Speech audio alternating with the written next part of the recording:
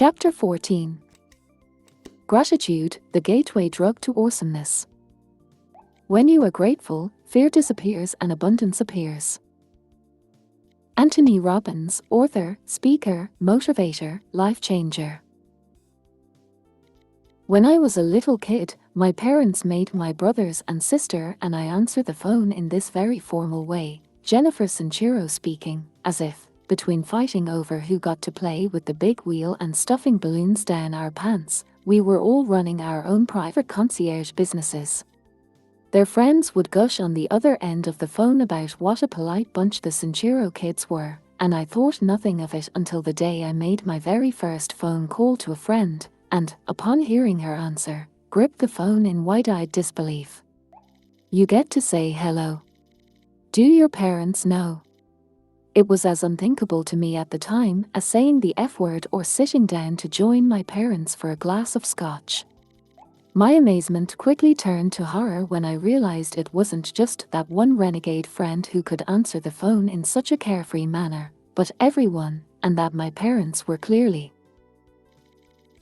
playing some big practical joke on us.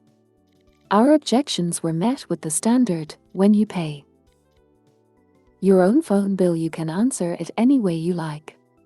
So the years passed, our indignation slowly getting watered down by habit. I don't remember exactly when the mutiny happened, but eventually we all started answering the phone like normal human beings. I'm going to assume it was around the time of their divorce, when Mom had all four of us mostly to herself, either in, or hovering around, high school, and phone rules got bulldozed in her switch to combat mode.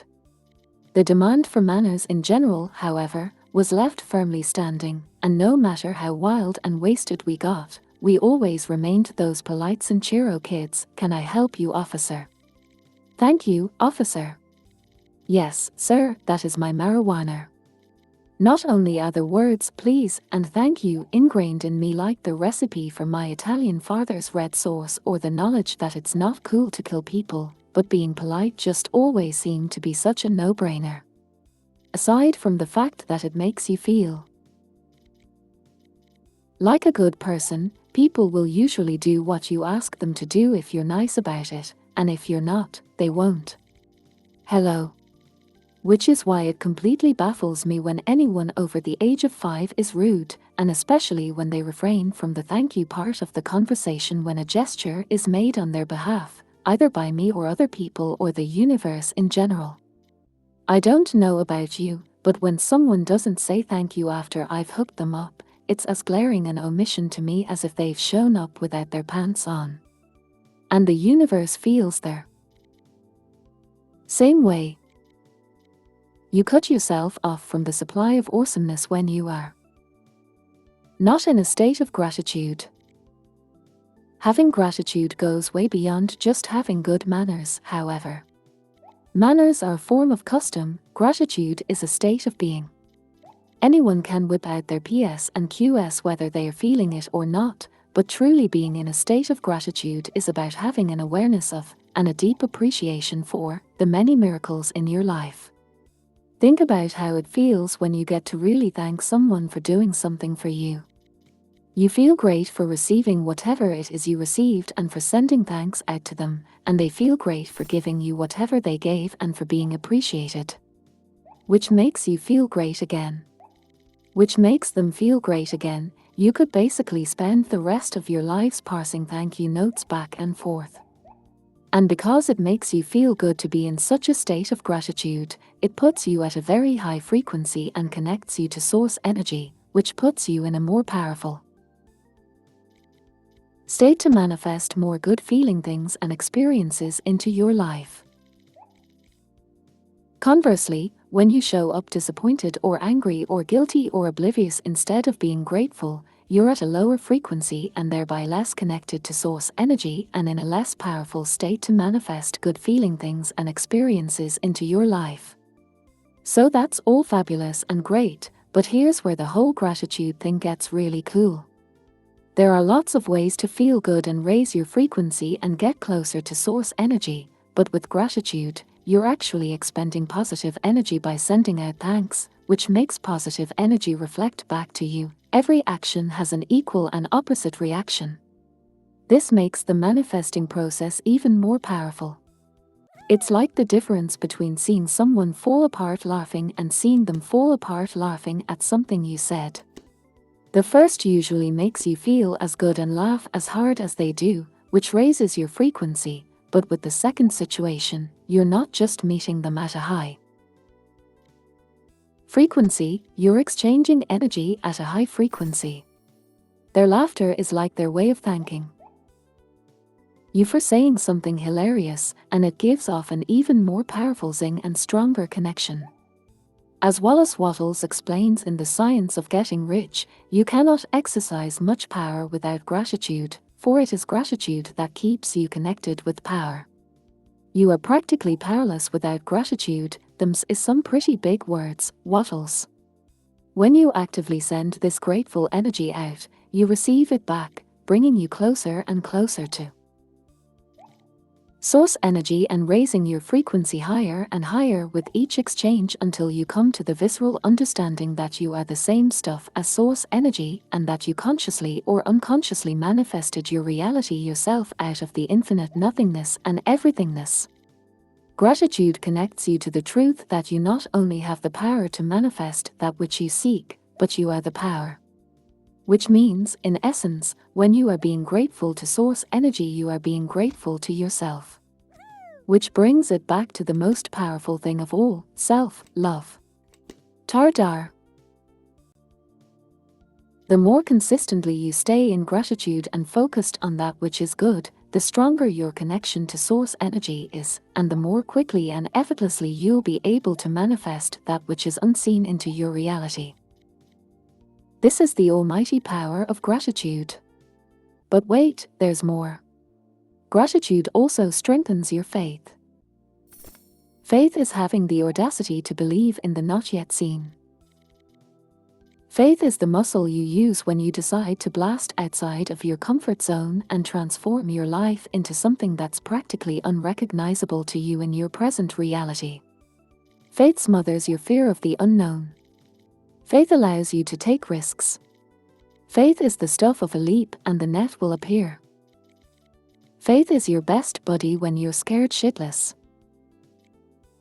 When you are consistently in a state of gratitude and aware of all the awesomeness that already exists, it, among many other things, makes it much easier for you to believe that there's more awesomeness where that came from, and that this yet to be manifested awesomeness is also available to you. You've received awesomeness before, so of course, you can receive awesomeness again. This is how gratitude strengthens your faith. And having strong faith is a major key in transforming your life. Which brings me to the grand gratitude finale. If you want to be a real rock star in the manifestation department, get to the point where you have both unwavering faith and unwavering gratitude for that which you desire. This is when the real magic happens, because mixing faith with gratitude is the high holy moly of manifesting. This takes some Jedi mastery, however, because basically what it entails is not only believing in the not yet manifested, having faith, but being grateful for it. In other words, you must be grateful for your imaginary friends and your imaginary life. Yep. As ridiculous as this sounds, I'm sure you're already doing it consciously or unconsciously in some capacity in your life. One simple example from my life would be with finding parking spaces. For as long as I can remember, I've always gotten stellar parking spots right out front of wherever I'm going. I don't care if I'm trying to park in front of the Pope's house on Easter Sunday. If you don't want to walk, you'll be wanting to ride with me. I always approach the hunt for a parking space with the same attitude, a knowing and relaxed certainty that it's a done deal. The perfect spot is mine, it already exists, and I'm genuinely so happy and grateful for it. I really truly believe this. Then, as always, someone pulls out and in I go. Yet as consistently as this happens, I'm still always so excited when it does. I never take it for granted, and I am a gratitude machine before, during, and after my guaranteed excellent parking adventure. Being in gratitude for the not yet manifested informs the universe that you know that what you desire already exists and puts you at the right frequency to receive it. If you want to radically change your life, strengthen your faith that we live in an abundant, benevolent universe by being grateful for everything you've already manifested and all the good that's hurtling toward you. Be grateful that you have the power to manifest any reality you desire and then leap into the void to go get it. Trade in your drama about how you can't have what you want for the grateful expectation that miracles will walk into your life, and the more commonplace those miracles will become. Here are some ways you can practice. 1. This is good because. Whenever anything excellent or mediocre or lame or annoying happens to you, meet it with the statement, "This is good because." And fill in the blank. Once you make this a regular practice, you'll see how much easier it is to be in gratitude for much more than you realized. This is good that I got a flat tire on my way home from picking my kids up. I've shown them how to deal in an unexpected situation. Plus, I got to spend some quality time hanging out in the car with them playing 20 questions while waiting for AAA to show up. Which is how I found out that my daughter was getting picked on in school. It's important to look for ways to be grateful for all that you've manifested, even things that you might label under "no, thanks." If you focus on the negative aspects of the more challenging things in your life, it will just lower your frequency, keep you in pain and resentment, attract more negativity to you, very possibly make you sick, and very definitely make you crabby. If you instead look for ways to be grateful for everything in your life, it not only raises your frequency, but it allows you to grow by opening you up to the lesson. Yes, sometimes this is a tall order, and there are absolutely situations in life that just full on blow and leaves us standing there wondering what the hell that was all about. Sometimes it takes years, if ever, before we can look back and say, "You know what? I really needed to get my heart broken into 1,000 pieces by that jackass. I'm so much happier with the man I ended up marrying." Finding the good and the lessons in things allows us to move through them and onto new experiences. If you want to stay stuck in the same place and keep getting spanked with the same lessons over and over, be negative, resentful, and victimized. If you want to get over your issues and rock your life, be grateful, look for the good and learn. 2. Write your thank you notes. Every night before you go to bed, review your day and either write down or mentally note 10 things you can be grateful for in your life.